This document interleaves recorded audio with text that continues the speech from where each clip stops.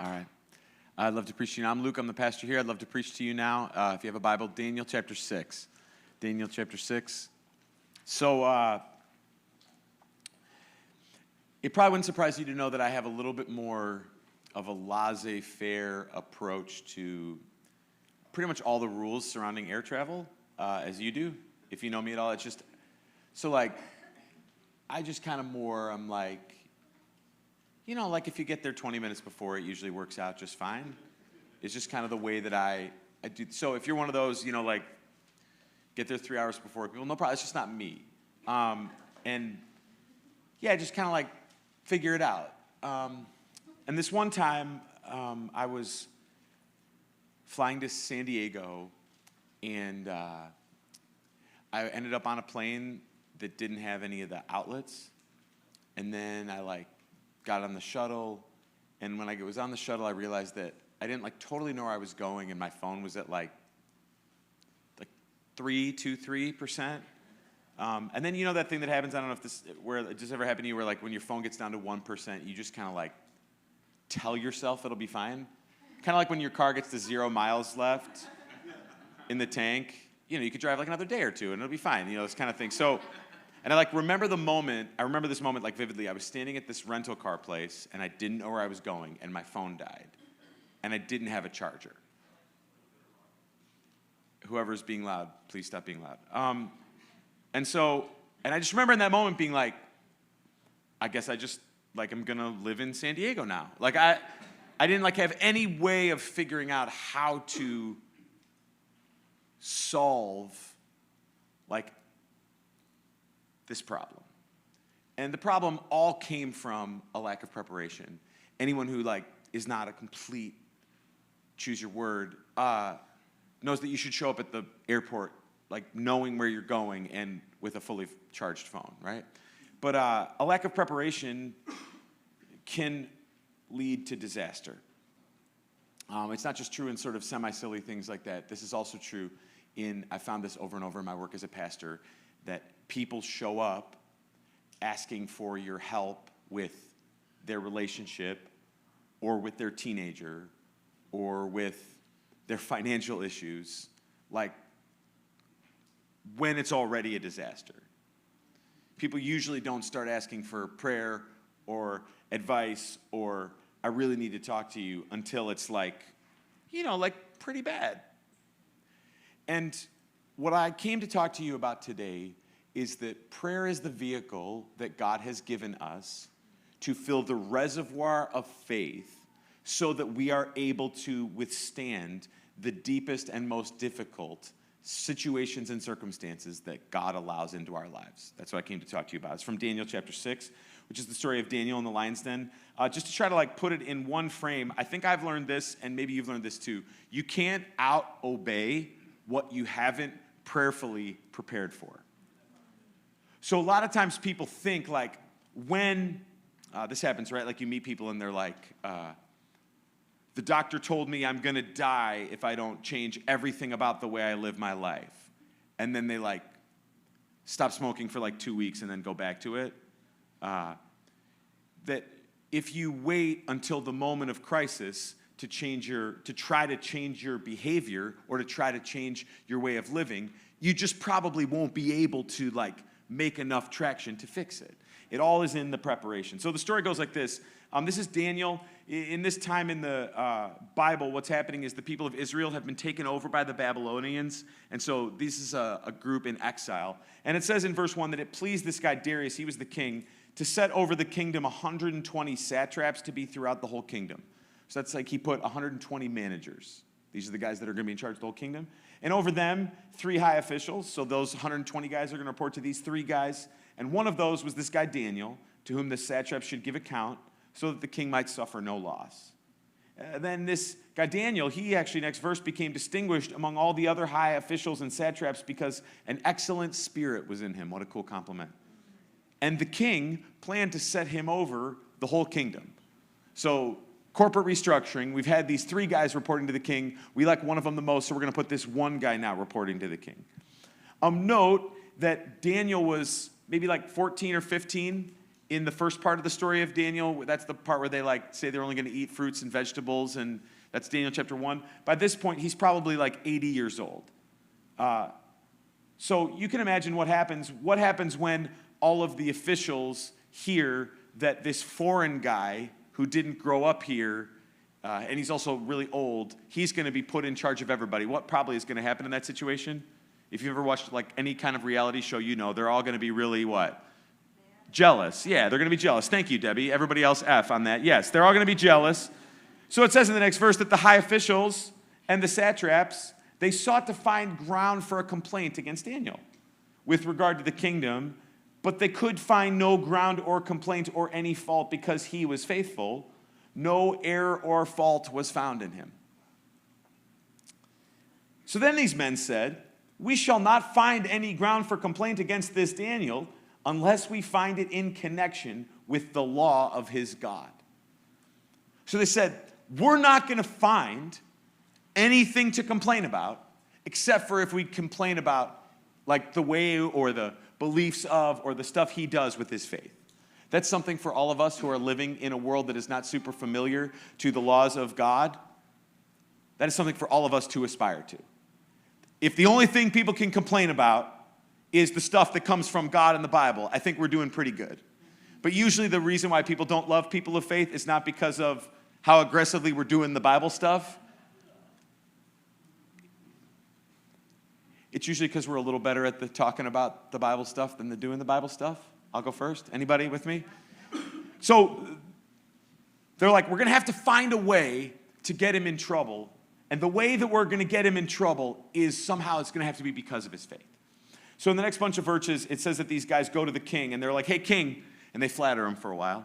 And then they say, we've got this idea. We don't think that people honor you enough, king. So you know what we're going to do? We're going to say for 30 days, no one is allowed to pray to, this is like a polytheistic culture, so there was all kinds of gods, big, medium, and small. And they said, you know what? We need to get focused, king. We're only going to pray to you, and we're only going to worship you for 30 days. Because, we just love you, dude, and we just want it to be good, You made Babylon great again, and so we're just so grateful for it, and so we just want to give you, it's that kind of energy. And so they said, the only way, and you know what we're going to do? We're going to put if people pray to any other god other than you know what we're going to do to them? We're going to throw them into a pit filled with lions. This is their idea. And the king is like, cool. It says in verse 9 that therefore King Darius signed the document and the injunction. So Daniel, as we understand, is the second highest ranking person in the government. And so it says that when Daniel knew that the document had been signed, this is chapter 6 and verse 10, he went into his house where he had windows in his upper chamber open toward Jerusalem. He got down on his knees 3 times a day and prayed and gave thanks to God as he had done previously. That's our key verse for today. Daniel is able, as an older person, to look brutal death in the face and stand strong in his faith when life unexpectedly threw him a very difficult curveball because he had been prayerfully preparing for whatever God had for him for a really long time before this moment arrived. That's what I want to commend to you today. I want to commend to you today not assuming that you'll be ready when the thing comes your way, but to say, no, I got to start now preparing because I don't know what God is going to bring my direction. I see 3 things here that are important. First, notice it says that when Daniel knew that the document had been signed, he went to his house where he had windows in his upper chamber towards Jerusalem. First, I want to say 3 things. 1, pray first. When I encounter something difficult in life, or I'm going through my day-to-day pattern, before I get to the worrying or the talking or the gossiping or the scrolling, start with, God, I need your help today. What's challenging about this is most of us, if I said to you,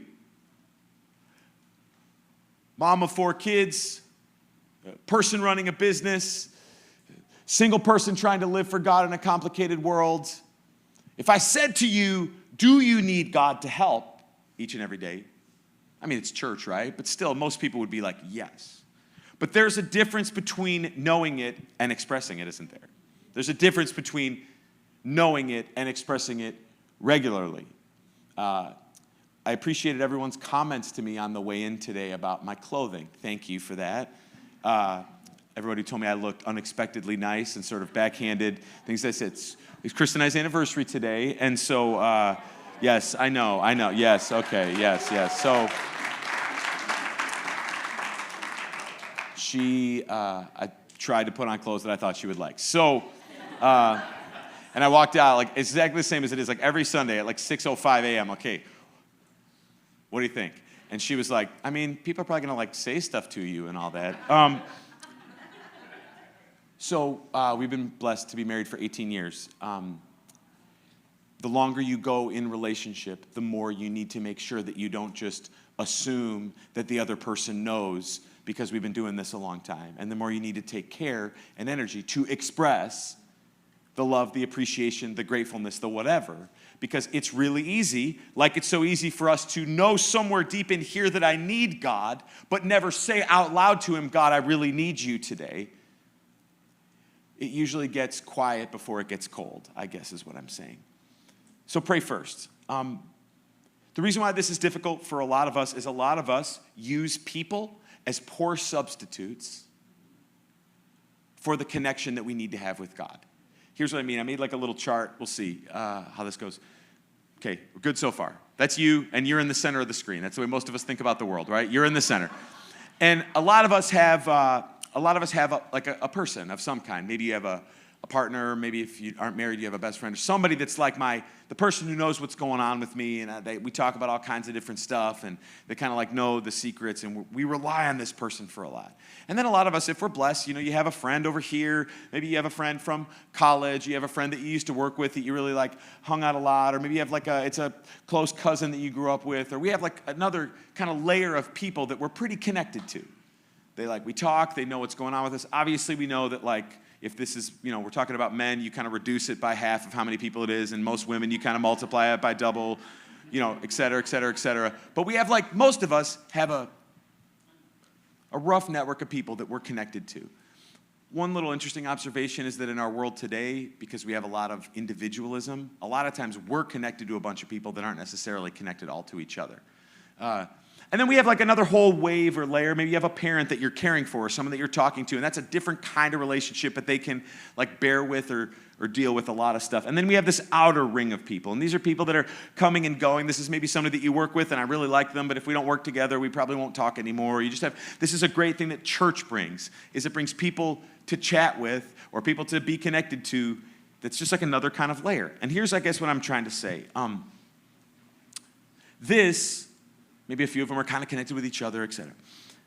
This, maybe yours is bigger, maybe yours is smaller, is not enough to bear the full weight of the reality of what a person needs to support them through their day-to-day life. And people spend so much time and energy on, I need to make more friends, or I need to develop better friends, or I need to grab onto more relationships, and what people miss is, human beings cannot bear the full weight of what another human being needs. This is why people take their own lives who have incredible support structures. And this is why people who spiral into depression, sometimes it's because there's not enough people around, and sometimes they have all kinds of great people around. But human beings cannot bear the full weight of what another human being needs. Only God can do that. So Daniel's thing is, they signed the law, I'm looking at the lions. And what's his first thing? He goes home, he shuts the door, he gets down on his knees, and he says, God, I need you. Before he gets to the worrying or the talking or the going to talk to the king or the political, what are we going to do over here, the trying to make a plan. Before he gets to any of that, the first thing is, God, I really need you. God, I really need you. So just go back to that chart for just a second. What I guess I'm trying to aim for is, if you insert your connection to God into the middle and start requiring less of all those human relationships, your life will improve because of its connection to God, and those relationships are going to improve a lot too, because you're not going to need from people something more than what they can give you.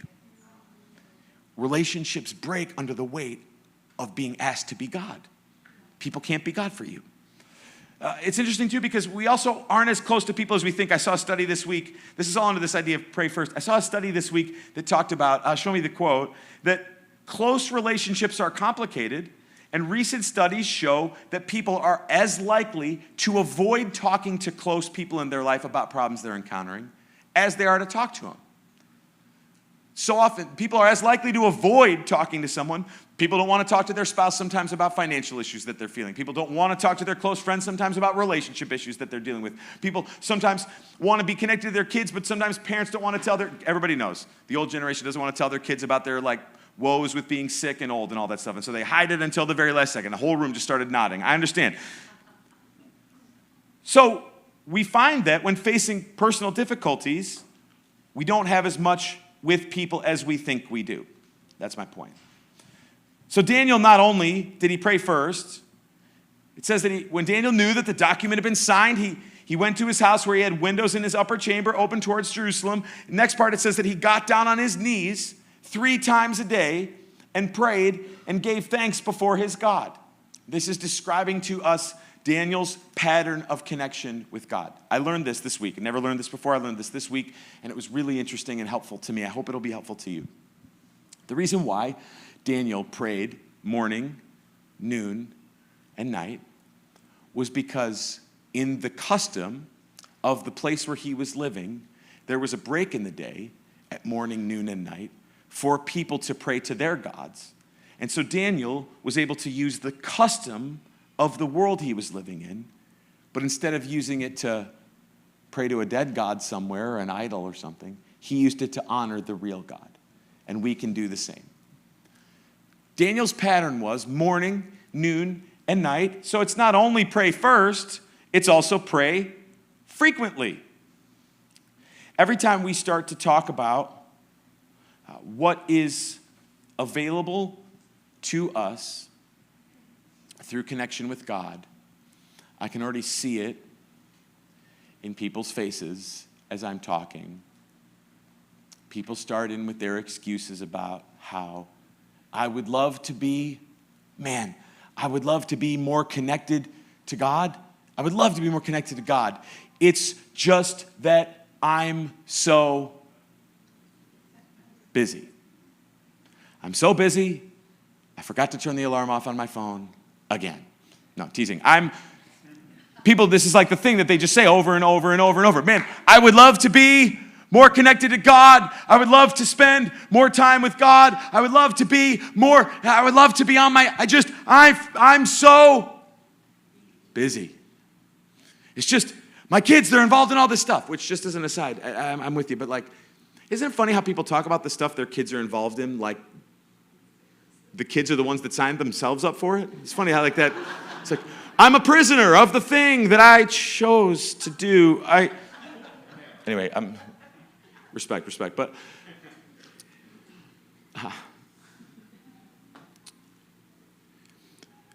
so what I see in this thing with Daniel is our culture does not permit, it just doesn't really permit, unless you're blessed to be in retirement or some part of life. Our culture doesn't really permit, I just got 2 hours and I'm going to go wander in the forest every day for a couple hours talking to God. That just isn't. So I want you, instead of feeling the guilt of why it's difficult, to embrace that the culture that we are living in does have some amazing opportunities to use these windows of things that we are involved in the same way that he was able to use their customs, we can use ours. These are some things I wrote down, but you could come up with more. The customs of the place and the time, but with God as the focus. I think that we could all turn up our sense, I know I could, that when we pray before a meal, that doesn't have to just be like a sort of dead little 30 seconds trying to hit your teenager with a fork before they take a bite, if it's anything like your house as it is at mine. But our culture has inside of it this giving thanks before meals. I was just not too long ago at a wedding, and even people who don't have a lot of belief in God have this yeah, but you can give thanks before a meal. That's a place.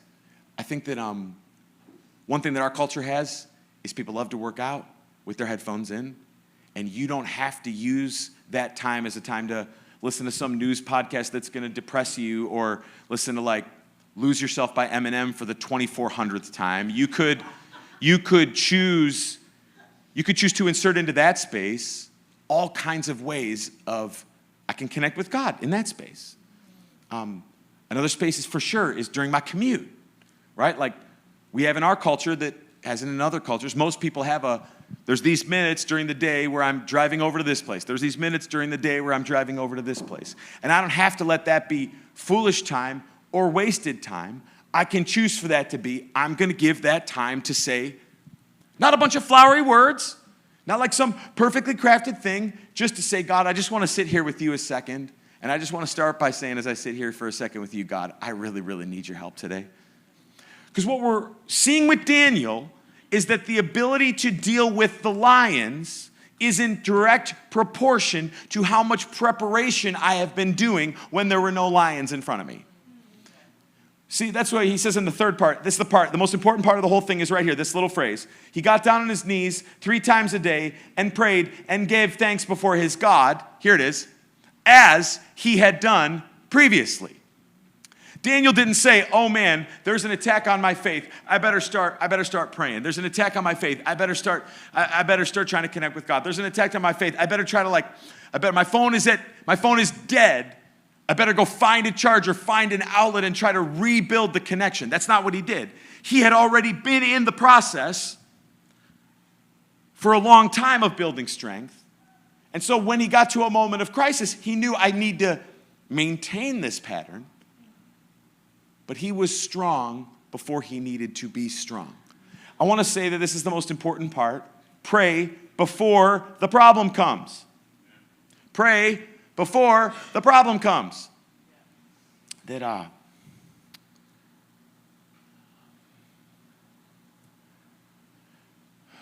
pretty good at lying to ourselves.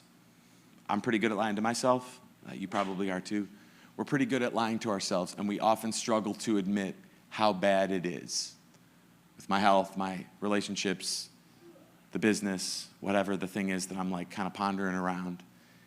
And my suggestion is just that if we wait to connect to God until we realize cognitively, man, I really desperately need some help, it's probably already on the verge of too late.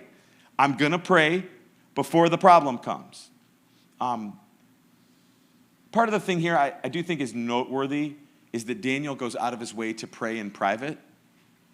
And I want to make sure that I commend to you not trying to perform your piety in a way that impresses people. There's a lot of P's. But actually have something substantive with God happening in private. Like, maybe this is too deep, but you know that thing, for those of you that are on social media, you know that thing where usually the more a couple posts about how much they love each other, the closer they probably are to splitting up. You know that thing? Like celebrities especially. Does anyone else know? Okay, am I the only one that knows that that's totally true? Yeah, people are afraid. I get it. Yeah, that the more someone's like, oh my gosh, I love them so much. It's like, well, yeah, but it feels like maybe you're saying that on the internet and saying it instead of saying it to the person because you're worried it might not actually be true. Right. Hey, what's up, Steve? Nice to see you, buddy. That thing. I guess what I'm saying is prayer as performance is pretty empty, but prayer as private preparation is life-changing. There is this thing that so many people have in them is this desire to perform their faith. And performing my faith doesn't take me anywhere. It's about what is real on the inside. This is all over. Pray before the problem comes. This is all over the New Testament. In Ephesians chapter 6, it says, so what I want you to do is, Paul says, I want you to put on the whole armor of God. That's all the stuff that God has available to you, so that you may be able to stand against the schemes of the devil. This is totally obvious, right? If I go try to get the armor when the devil's already scheming me, I'm not going to have time to get it all situated. I got to be ready before the devil comes towards me. Jesus says the same thing in Luke chapter 22. Jesus says to the disciples, he says, pray that you may not enter into temptation. He doesn't say, pray that you can be strong with temptation. He's saying you start with the part of saying, God, I really, really, really need your help. God, I really, really, really need your help. This is the story of David in the Old Testament. That David became a giant killer in the anonymous field as a little shepherd boy. Moses spent 40 years in the wilderness with God beating the pride out of him until he was someone able to lead into the promised land. Someone sent me this about this message. I thought it was perfect. Apparently the Navy SEALs have a saying that says, the more you sweat in peace, the less you bleed in war. I thought that was pretty good.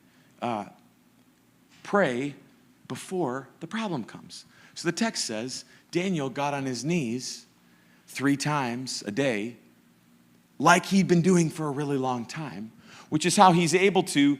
So it says, I'll just finish the story and then we'll kind of wrap it up. It says that these men then, these guys who were trying to entrap Daniel, they came by agreement and they found Daniel making petition and plea before his God. Just think about how funny and awkward that must have been. Like, they all came bursting into the room. We caught you! You're praying to God, aren't you? Like, do they handcuff him? I don't know. It just like seems so kind of weird. And so they brought him into the king. And then the king was like super bummed out because the king was like, he was much distressed and he had set his mind, like he wanted to figure out a way to help Daniel. He stayed up all night trying to figure it out. But these guys came to the king, verse 15, and they were like, King, this is the law of the Medes and the Persians, which is just as an interesting aside. A lot of America's customs and culture were set on some of these ideas that came from this culture thousands of years ago, that no injunction or ordinance that the king establishes can be changed. So the king basically got to a point where he was like, I guess we have no choice. We got to throw this guy into the pit of lions, which there is something interesting about how the fact that they didn't just want to kill him. They wanted to kill him in like a brutal way. It has like a little bit of that Squid Game kind of like feeling to it. Like it's not just dark. It's like really dark. That got a few people. Okay. So they put Daniel in the lion's den, and it says that the king stayed up all night. And it says that while the king stayed up all night, he was like freaking out the whole time. And then at the break of day, the king rose and he went in haste to the den of the lions. And verse 21, Daniel says to the king, O king, live forever. My God sent his angel and shut the lions' mouths, and they have not harmed me because I was found blameless before him. Because I was found blameless before him. And also before you, O king, I have done no harm. What I came today to say to you, dear friend, what I came today to say to you, dear friend, is God is going to send some lions your way. I don't know what those are going to be. That's like the crazy thing about living in the world. Sometimes God sends health challenges to people's way. And then some people are like, man, I would love to have this problem, not that problem. Some people get health challenges. Some people get relationship issues. Some people get unexpected financial difficulties. Some people get a child with unique challenges. Some people get a parent who's they're having to take care of, who's suffering and dying for a long time. Some people get kids with unusual behavior challenges that they have to manage.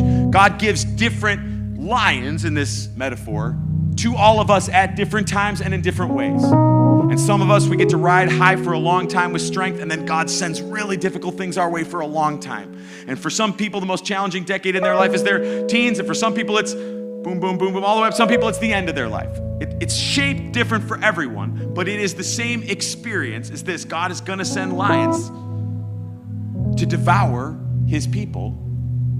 He's going to allow them unless we're strong and have a reservoir of faith to say, it doesn't matter what comes my way. I'm not going to stop praying.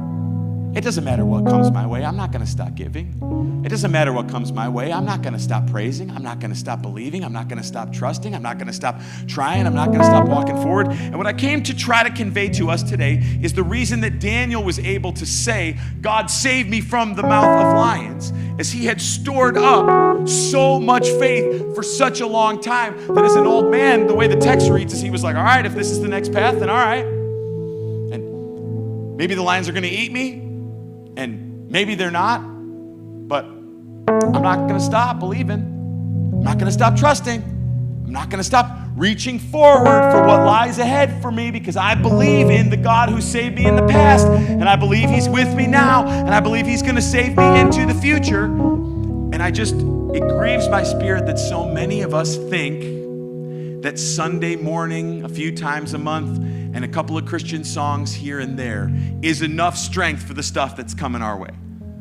I can tell you that the devil and his schemes are working overtime, trying to destroy the faith of anyone who loves God in this generation, who believes in God in this generation. And if we want to be able to keep on our feet and trust in God, we have to fill the tank of strength as often as we can. So I'm gonna give you, the church is gonna give you everything we got, right? That's why we're doing this prayer thing this summer. It's been amazing for everybody that showed up. We would love to see you again this week. If you're around, we'll be here at 10 and 7 in person on Wednesday. There's childcare, it's a great group, cast of characters. If you feel nervous to pray, you'll be all right, I promise, it's great. We pray for all the kids in our church, it's fantastic. We're also online. That's the church doing like the part that we can do. But again, don't hear me say, we can't do enough. We can't do enough. No church can do enough if you don't do the part that you can do for yourself. And I'm not commending to you flowery words or some like, maybe you're just like, I don't know what to say. A great thing to say is, God, I really need you today. Remember we started over there. I just need you today. God's grace that he gives us isn't for yesterday and it's not for tomorrow, it's for today. And developing a pattern in my life of saying, I get with God a little bit every day to tell him I know who he is and I know that I need his help. That builds in me a strength that can withstand anything that comes my way. And I want that for you. And the way that that's gonna happen is if we shift our attention towards God in a more significant way. Why don't you just bow your head for a second? I just want to create a little space for us to reflect.